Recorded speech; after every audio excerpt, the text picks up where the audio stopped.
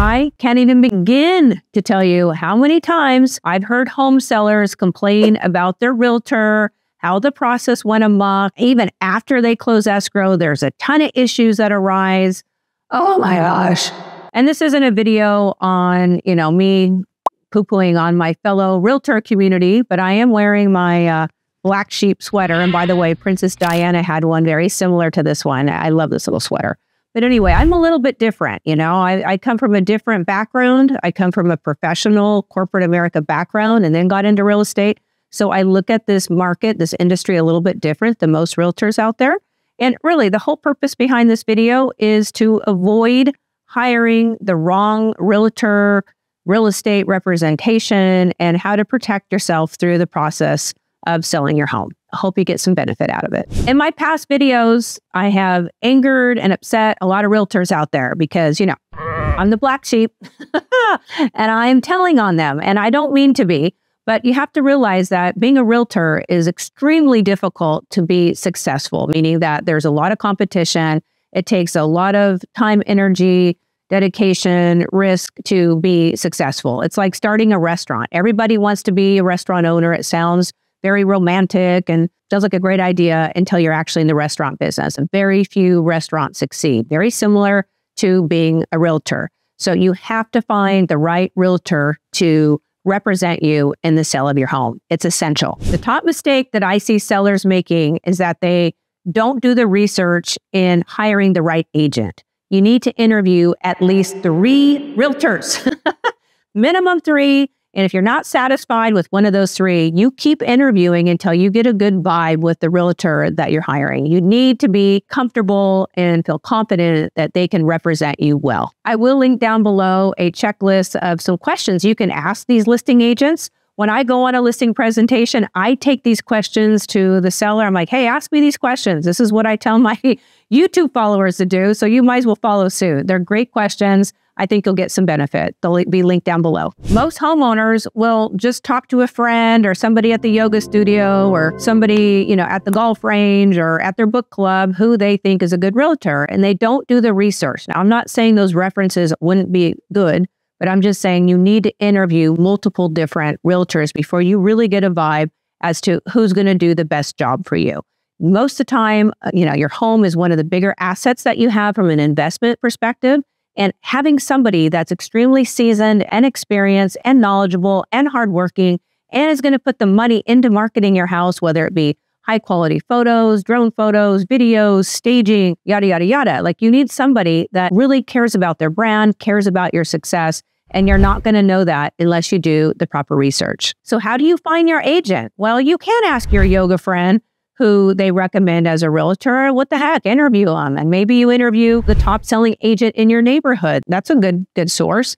And maybe you go to Zillow or Google and pick the top selling agent who sells the most homes in your city. And by the way, you got to be careful with that though, because a lot of these agents spend money to be advertised on these sites. Read the reviews carefully. I mean, literally go through every single one. If they have 5,000 reviews on Zillow or Google, are those really real, or are those bot or computer generated? Like I've sold a lot of homes, and all the reviews that I have on my websites and Google and Zillow are legitimate reviews. So spend the time, make sure you get a good representation of who you think that person is before even inviting him over for an interview. Before you invite anybody over to interview for the job of selling your house, you're going to look up those agents online to make sure they have an active license. A lot of these agents do not have active license. You want to avoid that. You're also going to look this realtor up online. What does their online presence look like? Okay. If they don't have a great online presence, I wouldn't even invite them into your house. I know that's harsh, but I'm the black sheep realtor out there telling you how it is.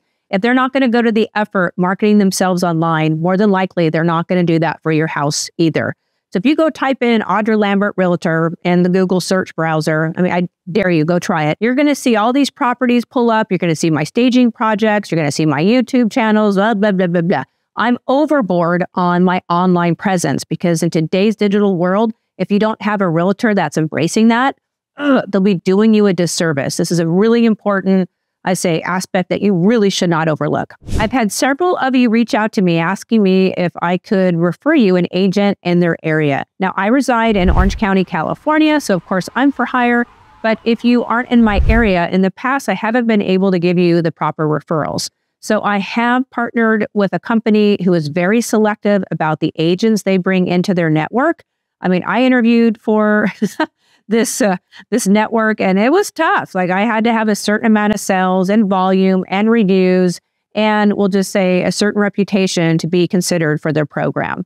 So if you are interested in interviewing multiple agents, I will link down below a link that you can fill out, and we'll give you a name of 2 realtors in your area that have good qualifications, reviews, they're seasoned. You know, there's no guarantees, but at a minimum, at least you can interview 2 other additional agents if you feel that you can't find the right people in your area. Can't hurt, right? It's free. This happens all the time. It's happened to me where I've lost a deal because I'm not doing like the high price. So a lot of these realtors will come in, and these homeowners love to hear these high prices that they come in at. And it almost becomes like a bidding war. Like, okay, which realtor am I going to hire that's going to get the highest value? Which one believes in the highest price? Okay. This is not a good strategy on hiring the right agent. A lot of these agents out there, they don't care. They want to get you under contract. They want you to sign that listing agreement. They don't care what price they tell you.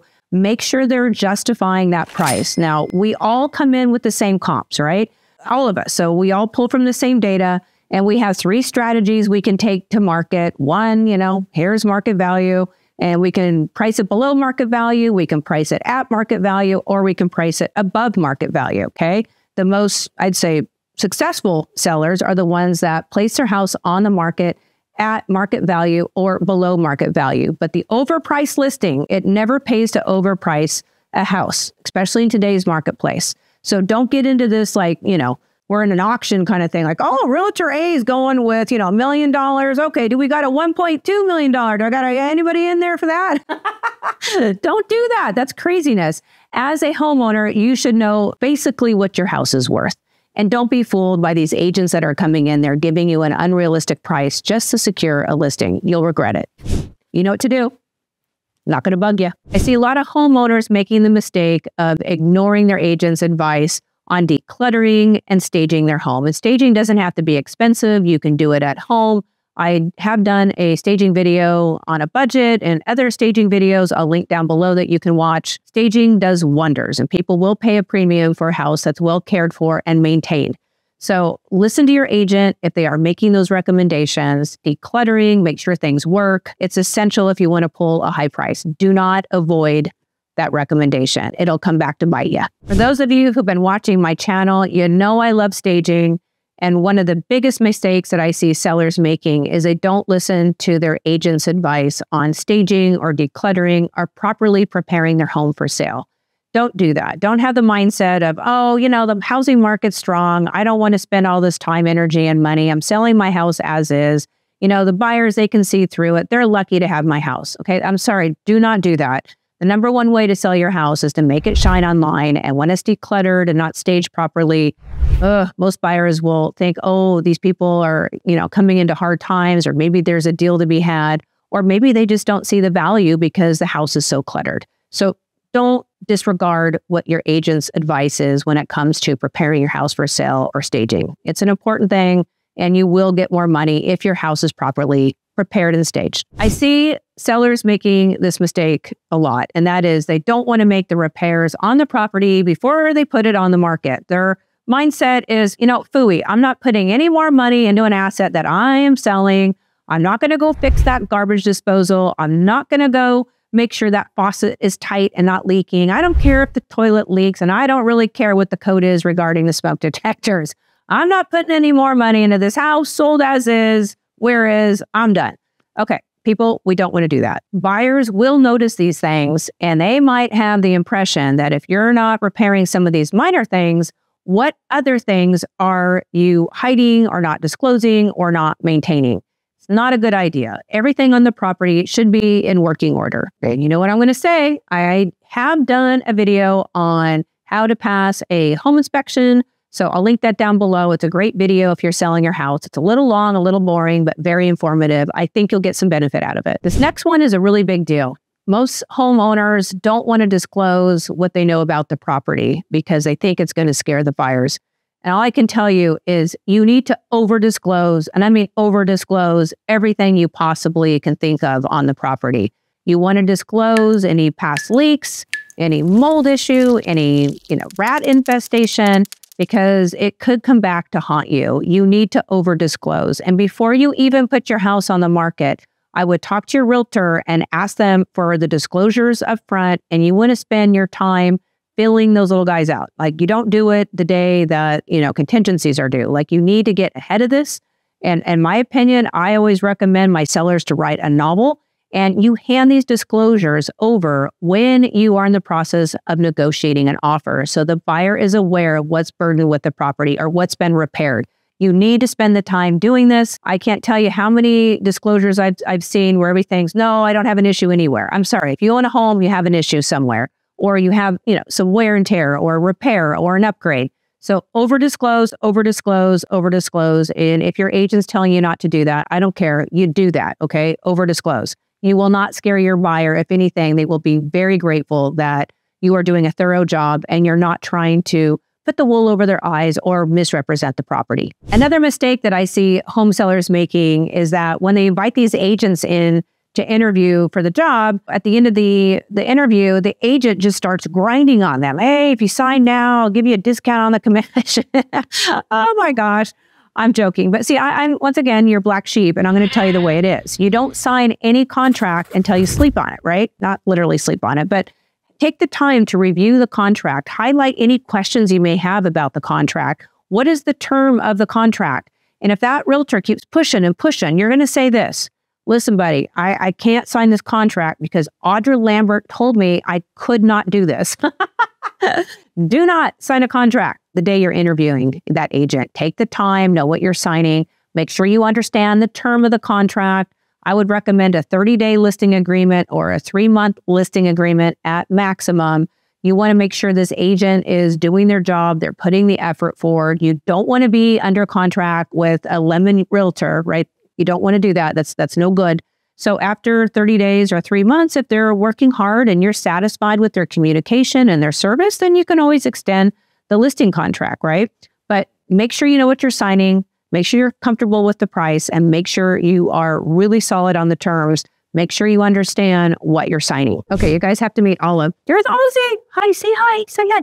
She's a little frustrated right now because she wants her dinner and wants to go for a walk. So I got to close this out. But anyway, thanks for watching this video. If you got any benefit out of it, please smash the like button and subscribe to my channel. I would greatly appreciate it. Thanks for watching.